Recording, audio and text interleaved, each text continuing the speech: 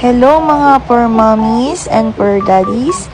Ito nga pala ang ating bagong product, probiotic pet mouthwash para sa ating mga fur babies. Ayan. Ihahalo nyo lang siya sa tubig na iinumin nila. Yan. Ang ginawa ko kanina guys, dun sa lid nung bote is, naglagay lang ako isang puno. Yan. Then, hinalo ko lang siya dun sa iinumin niya. Yan. Para kahit kumakain sila ng dog food, fresh pa din yung mouth nila after nila kumain. Ayan. Nagustuhan nga yan ni KitKat. Kakatapos lang niya kumain yan, kaya hinaluan ko agad ng mouthwash yung tubig niya. Ayan, check out na po kayo. Pet Soap Probiotics Pet Mouthwash.